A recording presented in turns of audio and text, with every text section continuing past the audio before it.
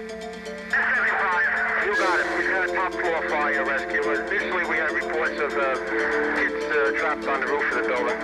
Okay, 10 floor. We already got all hands. We got fire second floor through the roof. Every fire unit. All hands operating 982-389 Avenue, Sumter Boulevard. All hands 982-389 in Sumter. 262 to Queens. 262?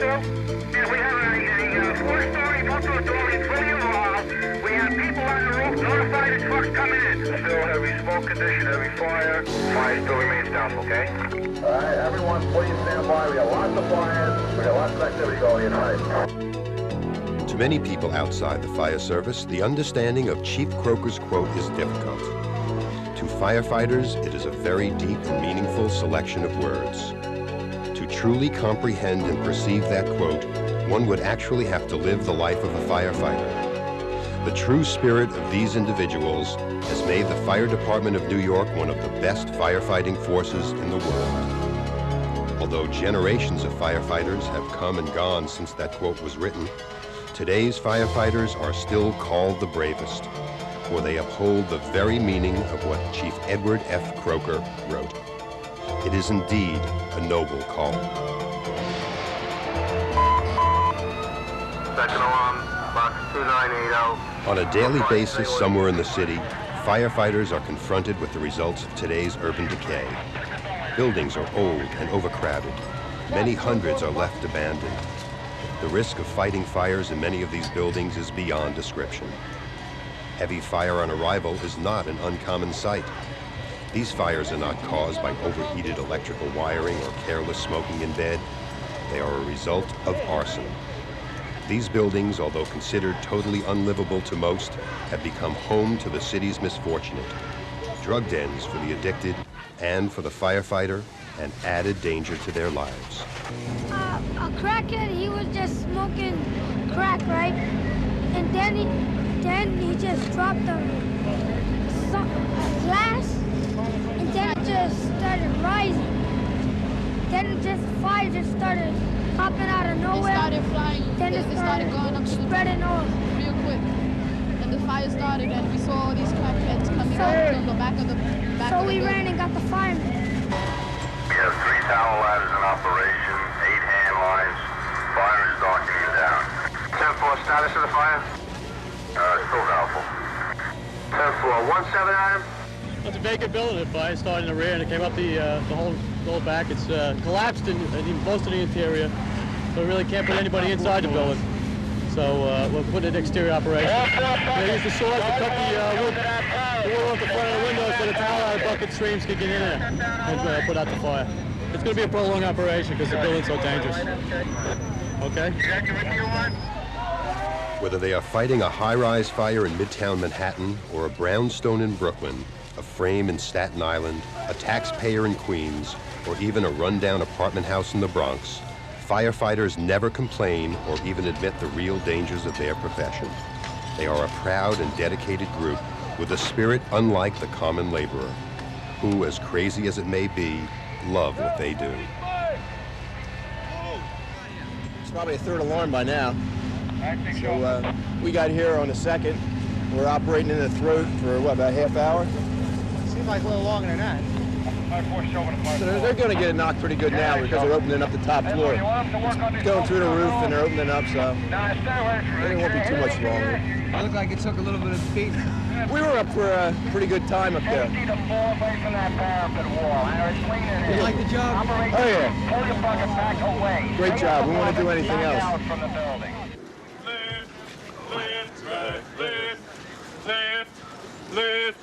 Lift, right, lift.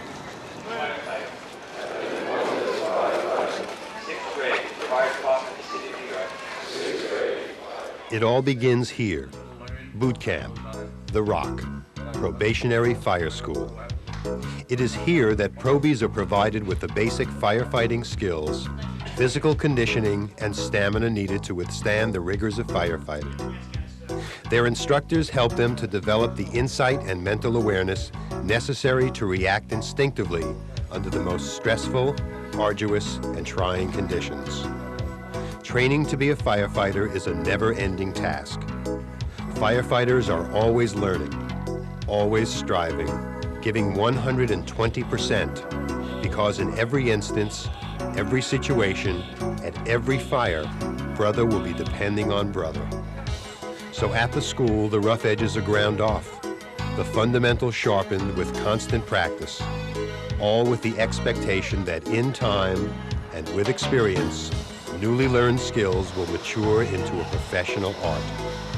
In spite of all the training, no one will be fully prepared for all the tragedy and sadness to come, all the lives unsaved. The training merely introduces the fundamentals. It is up to the individual to develop positive mental attitudes to see them through difficult situations. At the Rock, the Probies are born into a brotherhood that is steeped in tradition. Later, in the field, they will be baptized by the cruelty of fire. When they leave the school, there are no breaking-in periods, no timeouts. There is not the luxury of making costly mistakes. Only at their very first fire will they begin to understand everything they were taught and what is still left to learn. Only then will they begin to understand the words of their Proby school instructors. Let no man say his training let him down.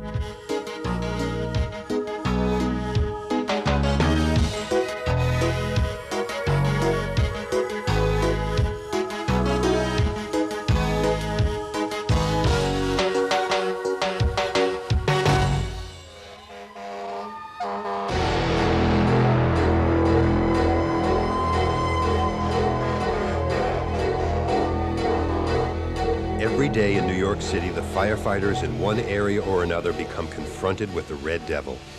Within minutes of the alarm, truckies are opening up, engines are stretching lines, and the course of attack is being applied.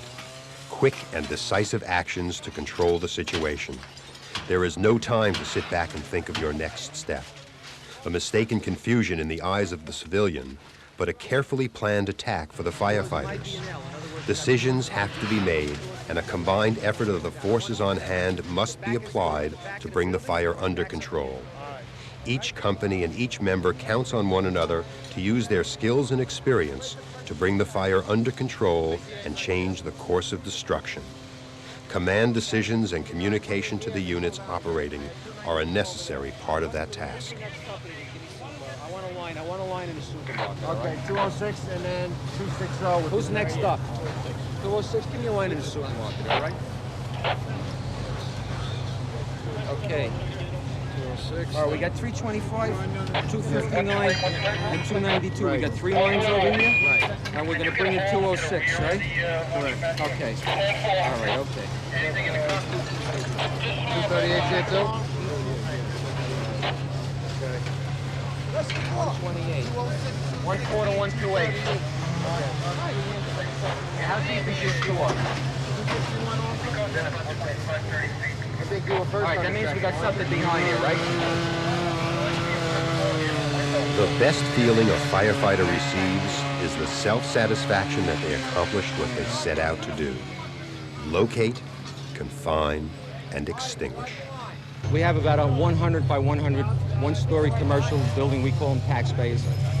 I guess the fire looks like it started in the, I really don't know right now. Looks like it might have started in the boutique. It got up in the cockloft, it went left and right. Guys, forced entry, got in, knocked the fire down, pulled the ceilings down, cut the roof, and we stopped it from spreading to the building behind it. So we're going under control in about 5 minutes, as soon as I release some of the companies, okay?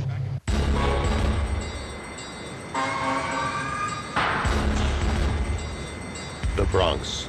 There are 9 battalions, 31 engine companies, and 27 ladder companies that cover 42 square miles of a densely populated residential area of approximately 1.2 million people.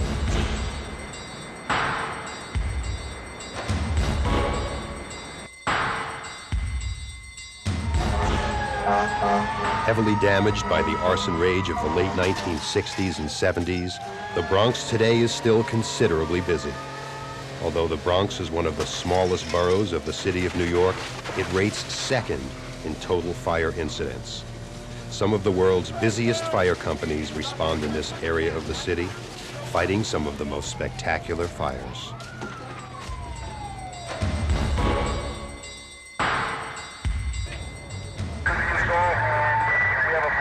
fourth floor, powerful extension to the fifth floor. We have one line stretch, second line. One of the major vices of being a Bronx firefighter is the vacant building problem. There remain hundreds of vacant buildings barely standing from years of neglect, decay, and fire damage. Fires in these buildings are frequent, and to the brothers in the Bronx, arriving at a fully involved 6-story building is not uncommon. Slow and careful operations are required. Collapse is their major concern. The place is all rotten. It's probably been vacant for 15 or 20 years. Dry rotted, weathered on. Not untypical of buildings in the Bronx.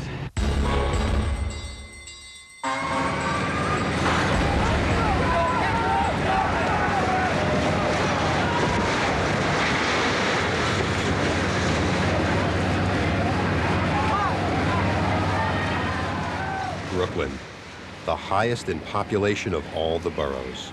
There are 16 battalions, 66 engines, and 39 ladder companies that cover 73 square miles. The population, approximately 2.3 million people.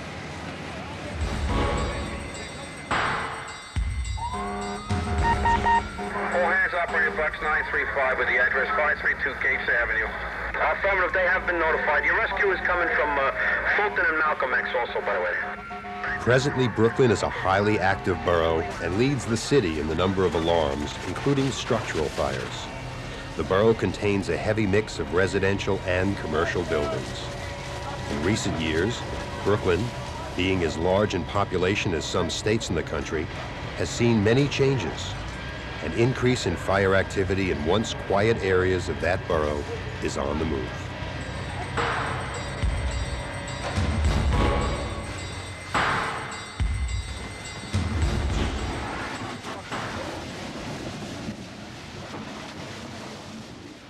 All we had was a small 1075 fire where we had the, looks like it started in the couch and just started rolling around the room. And the brothers came in, did a good job, knocked it down, made the search, found nobody. About to take up with history. Certain neighborhoods in Brooklyn have been keeping the firefighters busy for many years. Areas such as Bushwick, Brownsville, and East New York have witnessed the same incendiary destruction as the Bronx. It's sad to say, but firefighters and their equipment are a common sight in these communities. This is probably the work in this neighborhood in Brooklyn. The occupied structural fires that we have are probably the highest in probably in one of the parts of the city, mostly. So the work in this area has maintained a steady pace.